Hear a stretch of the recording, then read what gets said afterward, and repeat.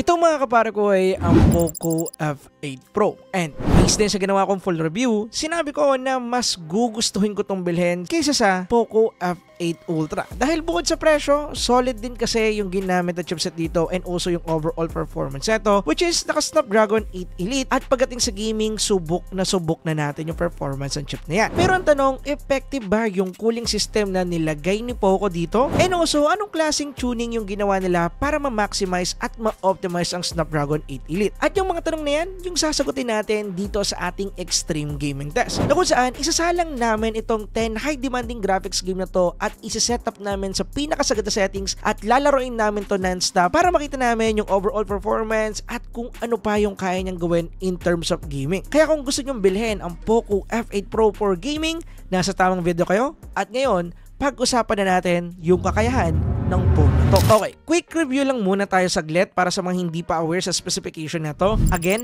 naka Snapdragon 8 Elite yung ginamit na chipset dito sa ating Poco F8 Pro. And kagaya nga ng sinabi ko sa inyo, napakadami na natin mga phone na testing at sinalang sa extreme gaming test. Pero sa isa lang bagay sila lagi nagkakaiba. And yun yung part ng cooling system dahil iba-iba yung ginagawang atake dito ng mga brands or phone companies kung paano nila i-maximize at papalamigin ang Snapdragon 8 Elite. And excited ako makita kung ano nga yung ginawa ni Poco. Anyway, pagdating sa preparation na ginawa namin bago namin isalang ito sa ating extreme gaming test, syempre, una, charge namin up to 100% yung phone bago namin simulan yung testing. Sinet din namin yung brightness namin sa 75% and then 50% naman yung kanyang volume sa whole extreme gaming test na to. And then pagdating sa network na ginamit namin, Wi-Fi po yung ginamit at ilang beses ko na rin in-explain kung bakit hindi kami pwedeng gumamit ng mobile data dahil yan sa ating FPS meter. Anyway, with that said, ngayon, simulan na natin yung ating extreme gaming test. At simulan natin sa mga bigating titles. At simulan natin dito sa favorite ng lahat, Genshin Impact. Bali dito, sinetup namin siya sa pinakasagad na settings niya. And then doon sa kanyang built-in game booster, sinetup din namin to sa kanyang performance mode or yung pinakamalakas na mode. And gusto ko lang sabihin na maglalaro kami dito ng 1 oras ang tuloy-tuloy. Pero i-chop namin ng tig 30 minutes yung paglalaro para makita namin kung ano yung thermal niya every 30 minutes. At ito yung nakuha naming result. Sa whole 1 hour ng paglalaro namin dito, nakakuha kami ng solid 60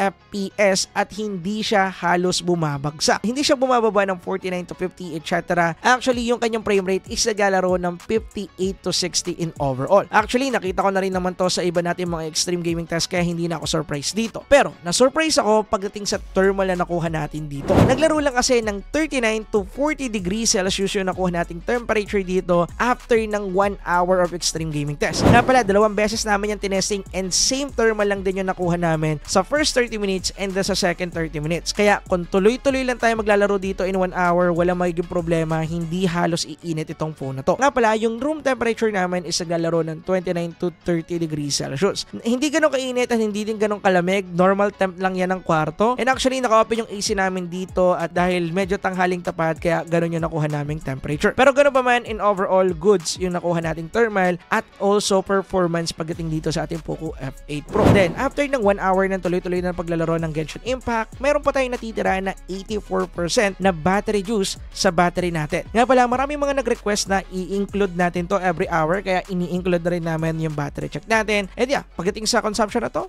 pwede na siya. Pero maaga pa para sabihin na makunat to. Kaya after namin mag-check ng battery, walang pahinga-pahinga, sinalang agad namin dito yung WUWA. Syempre, dating gawe, sinagad lang ulit namin lahat. High resolution, 60 FPS, and then sagad na yung ibang mga settings. Then, pagdating dito, solid yung nakuha naming performance. Same lang din sa Genshin Impact. Nakakuha kami dito ng solid 60 FPS as our maintaining and also average FPS. Pero may mga part na nakikita ko na bumababa din siya ng 58 FPS and also sometimes bumababa din siya ng 59, which is normal at hindi naman importante dahil in overall, kung wala tayong gamit na FPS meter dito, smooth at okay yung overall gameplay natin. Actually, nung naglalaro kami dito, wala kaming halos napansin na bumababa yan dahil 2 frames lang naman yan. And napansin lang namin to nung nag-review na kami ng footage. But in overall, good siya nakuha nating performance after ng 30 minutes sa paglalaro in highest graphical preset settings dito sa ating WUWA. Then after ulit ng 30 minutes, binago namin yung aming settings to medium. Dito naman, mas naging okay yung ating mismong FPS. Same pa rin na maintaining 60 at walang pagbabago sa performance, which is natural at hindi naman surprising na makita para sa isang Snapdragon 8 Elite. Pero pagdating sa temperature na nakuha natin dito, medyo magkaiba sila. In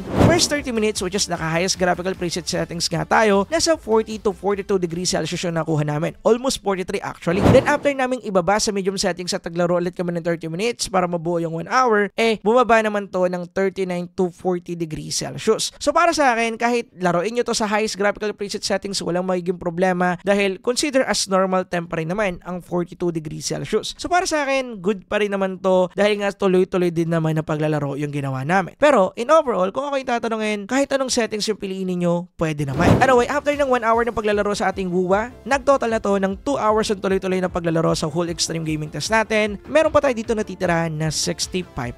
Anyway, walang pahinga-pahinga. Next naman namin lang dito is itong solo leveling. Then, pagdating dito, naka-max out settings lang din ulit lahat. High graphics preset settings and then sagad na yung ibang mga settings sa ibaba and then 60 FPS combo. Pagdating dito, solid din yung naging performance natin sa loob ng 1 oras ulit ng paglalaro ng tuloy-tuloy. However, yung frame rate niya dito medyo pabago-bago, nagpa-fluctuate. Nag-average yung kanyang FPS sa 55 to 60. Then meron kami mga pagkakataon na nakikita na pumapalo siya ng 52 pero papitik-pitik lang naman. And actually, napansin lang namin yun nung nag-review kami ng footage dahil sa whole gaming test namin, hindi namin siya napansin. Pero nung nag-check kami ng footage, bumababa siya ng 52 FPS which is yung pinaka-lowest FPS na nakita namin. And actually, nakikita lang naman namin to kapag marami ng monster and also animation sa mismong field. And actually, hindi na rin naman ako na-surprise dahil ang solo leveling, ilang beses ko na rin yan na-dictate at lagi ko nasasabi din yan sa ating mga extreme gaming test video na hindi pa ganong ka-optimize. And sa lahat ng phone, mapa Dimensity 9500 or Snapdragon 8 Elite Gen 5,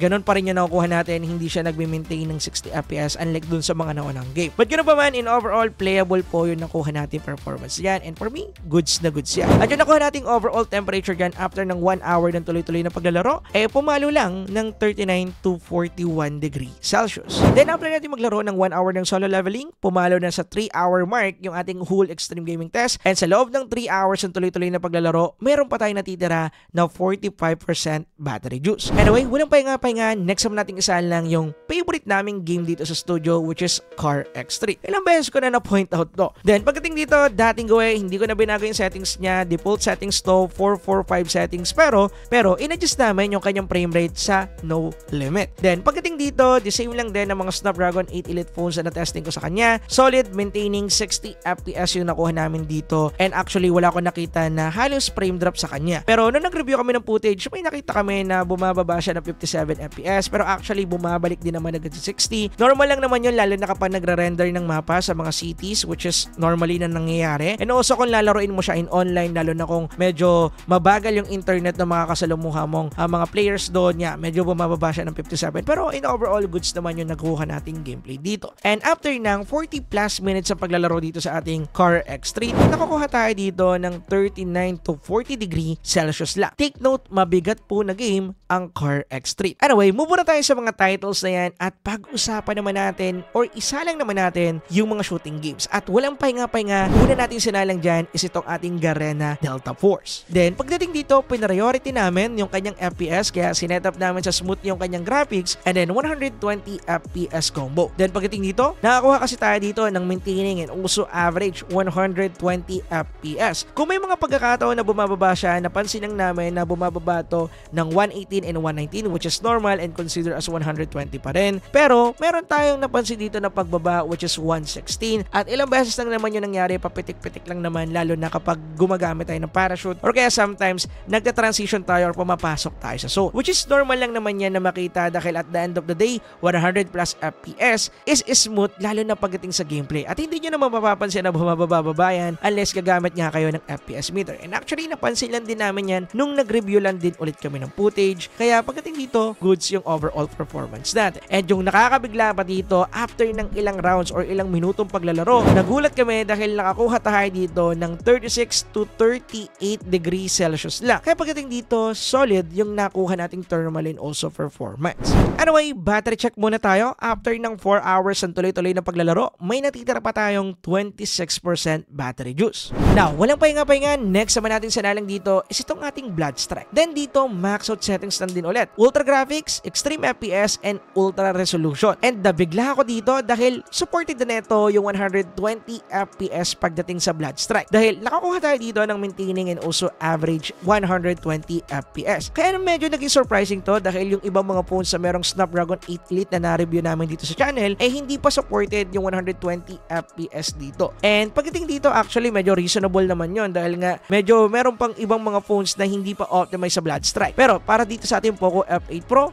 optimized po siya. Meron na po tayong 120 FPS dito. And after ng ilang round and also minuto na paglalaro dito sa Blood Strike, nakakuha lang tayo ng 38 to 40 degree Celsius. Kaya walang kahirap-hirap. Now, walang pahinga-pahinga, next naman namin sinalang, which is one of your favorite game for sure, is itong ating PUBG Mobile. Bali dito, the same lang din ang ginawa namin sa Garena Delta Force. Priority namin yung FPS setting. Sinet-up namin sa smooth yung kanyang graphics, kaya lumabas yung ating ultra extreme FPS. And pagdating dito, nakakuha tayo ng solid 120 FPS at yan yung naging maintaining FPS natin in the whole game. Pero nung nag-review kami ng footage, may mga napansin pa rin ako pagbaba. Kagaya na lang na natala naming lowest FPS na binaba niya, which is 115. Pero isang beses lang yun nangyari at bigla lang siyang pumitik, then bumalik din agad sa 120. And actually, hindi na rin naman ako na-surprise na mag-maintain ng to ng 120 dahil isa ang PUBG sa pinaka-optimize sa game na na-testing ko dahil kahit sa mga low-end devices ay nagra-run ng smoothly itong PUBG Mobile. Kaya pagdating dito, goods na goods to kung ako yung tatanungin. Pero ang na-surprise ako dito, yung thermal niya. Dahil nasa 37 to 39 degrees Celsius lang yung nakuha namin dito. And mind you, 120 FPS po yung pinoproject ng ating PUBG Mobile sa whole extreme gaming test na to. And kaya naging surprising yan dahil sa ibang mga phones na testing ko before, umiinit talaga sila kapag pumalo ng 120 yung makukuha nating FPS and also maintaining FPS ng PUBG Mobile. Kaya yung nakakuha tayo ng 37 to 38 degrees Celsius, nagulat ako dyan dahil most likely doon sa ibang mga phone na review ko, pumapalo sila ng 43 to 45 degrees Celsius. It depends na lang kung gaano katagal siyang lalaro. And after din ng PUBG gameplay, nakatapos na tayo ng 5 hours ng tuloy-tuloy na paglalaro at meron pa tayo dito natitira na 10%.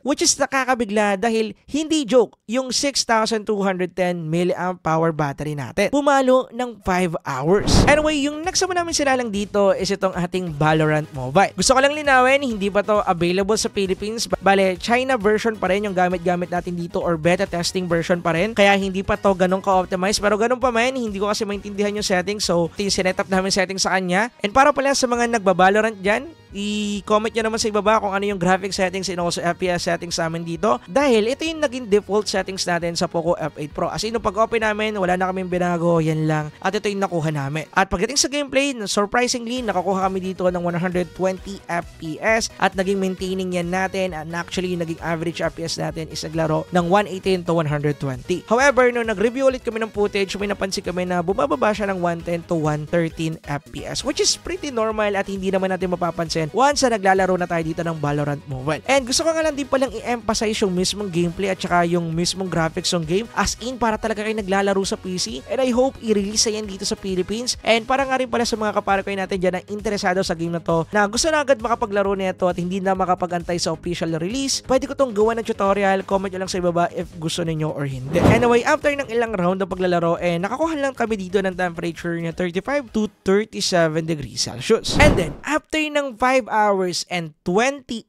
minutes, tuloy nang na-reach ng ating Poco F8 Pro yung kanyang hangganan which is pumalo na siya ng 2%. Bale, dito na namin pinutol yung pagtatrack ng kanyang overall battery dahil ito na yung pinakahangganan niya. Hindi na namin sinugal yung 2% dahil kasi kapag nag-shutdown to, gagawin pa namin ulit yung setup ng FPS kaya medyo hindi na namin pinaabot doon. Kaya dito, chinarge na namin siya, inantay lang ng konti and then salang agad sa ating last game which is Once Human. Dahil syempre, dating gawin, sinalang din ulit namin to sa kanyang pinaka-max out settings which is Pinnacle Graphics and then Extreme FPS. Then pagdating dito, surprisingly, nakakuha tayo dito ng solid and maintaining 60 to 63 FPS. Actually, feeling ko kaya na itong i-reach ang 90 FPS or kaya 100 FPS in the future dahil pumapala tayo ng 63 FPS. And actually, ang Snapdragon 8 Elite is talagang malakas na chipset yan. Kaya hindi na rin ako mabibigla if ever na Snapdragon 8 Elite Gen 5 at saka 8 Elite lang yung makaka-access ng settings na yun in the future. Sana magawa nila ng update. Anyway, pagdating sa naging overall gameplay natin dito, smooth at maganda yung naging overall gameplay natin sa kanya. Actually, hindi namin napansin no naglalaro kami dito na bumaba pala siya ng 55 FPS. At least no nag-review kami ng footage, doon lang namin nakita na merong part na bumaba siya nung marami ng monster. But ganoon pa man, naging average and also maintaining FPS natin is 60 FPS pa din at the end of the day. And after ng almost 40 minutes sa paglalaro dito, nakakuha kami dito ng 40 to 41 degrees Celsius which is surprising dahil sa ibang mga Snapdragon 8 Elite po na na-testing ko sa game na to, umiinit sila at pumapalo to ng 45 degrees Celsius. So, in overall, goods yung thermal natin dito sa ating Poco F8 Pro. Pero more on that dun sa dulo ng video. And after ng 6 hours, as in flat 6 hours, at tapos na yung ating whole extreme gaming test. And ito yung conclusion and also final verdict ko about sa performance ng Poco F8 Pro. Una natin pag-usapan is yung performance. In terms of performance, alam na naman natin yung raw power ng Snapdragon 8 Elite. And hanggang ngayon, kinukonsider ko pa rin na overkill chipset ang Snapdragon 8 Elite para sa mga game na madalas nating nilalaro. Nakita nyo naman dito sa ating extreme gaming test. And yeah, maganda rin yung ginawang tuning dito ni Poco dahil hindi ganong uminit and also na-maximize at na-optimize sila itong mismong Snapdragon 8 Elite sa kanilang Poco F8 Pro. Dahil una, supported na neto yung mga higher FPS na hindi natin nakita sa ibang Snapdragon 8 Elite po na nagawan namin ng extreme gaming test before. And pagdating nga pala sa kanyang mismo performance, syempre hindi ko na kinakailangan pang explain. And that mentioning yung kanyang performance na napakita ko naman at na-explain ko na rin kanina, maganda talaga. And pagdating naman sa thermal neto, nakita rin natin na halos hindi uminit. Although meron pa rin mga game na nakapagpaabot dito ng 43 degrees Celsius, pero in overall, pagdating sa thermal, goods yung nilagay and also tuning na ginawa dito ni Poco dahil the same lang din sila ng result na nakuha natin sa ating Poco F8 Ultra. And mapapansin din natin doon na talagang medyo tune yung ating Snapdragon 8 Elite Gen 5 doon dahil nasa 3.9 ang tutulan din yung nakuha natin doon. Pero ganoon pa man, in overall, goods yung ginawa nilang thermal o goods yung ginawa nilang tuning, kaya para sa akin, pasado ang Poco F8 Pro in terms of extreme gaming test. Pagdating naman sa battery, dito ko nabigla dahil doon sa ating Poco F8 Ultra na mas malaki ng 280 mAh battery capacity sa kanyang battery, ay pumalo ng 5 hours and 13 minutes yung kanyang mismong whole battery life bago siya tuluyang malobat. Then, pagdating sa Poco F8 Pro, umabot lang naman ng 5 hours and 28 minutes yung ating whole battery life sa tuloy-tuloy na paglalaro natin dito sa ating extreme gaming test. And gusto ko lang linawin na same power efficient po ang Snapdragon 8 Elite and Snapdragon 8 Elite Gen 5. And hindi rin naman to magiging accurate na representation ng comparison ng kanilang battery dahil sa Poco F8 Pro, na-adjust natin yung settings niya sa medium. Unlike sa Ultra, tuloy-tuloy na naka-high and max out settings tayo doon. Kaya reasonable na ganito yung makukuha natin. And para naman sa mga napapaisip dyan, Poco F8 Ultra ba or Poco F8 Pro? Kung hindi nyo problema or hindi sa inyo issue ang budget, go for Poco F8 Ultra. Siya kasi yung pinaka-superior sa kanilang dalawa. Mapa-camera, gaming, at kung ano-ano pa, go for it. But if yung budget ninyo is medyo limited, go for Poco F8 Pro. In terms of gaming, napakita naman sa inyo kung ano yung kayang gawin. Snapdragon 8 Elite is not a joke. And also, kinukonsider ko pa rin yan na overkill chipset hanggang ngayon until to 2026. Pagdating naman sa kanyang camera, capable din, pam-flagship na pam-flagship at palag-palag pa rin po yan. Kaya at the end of the day, nakadepende talaga yan sa budget ninyo.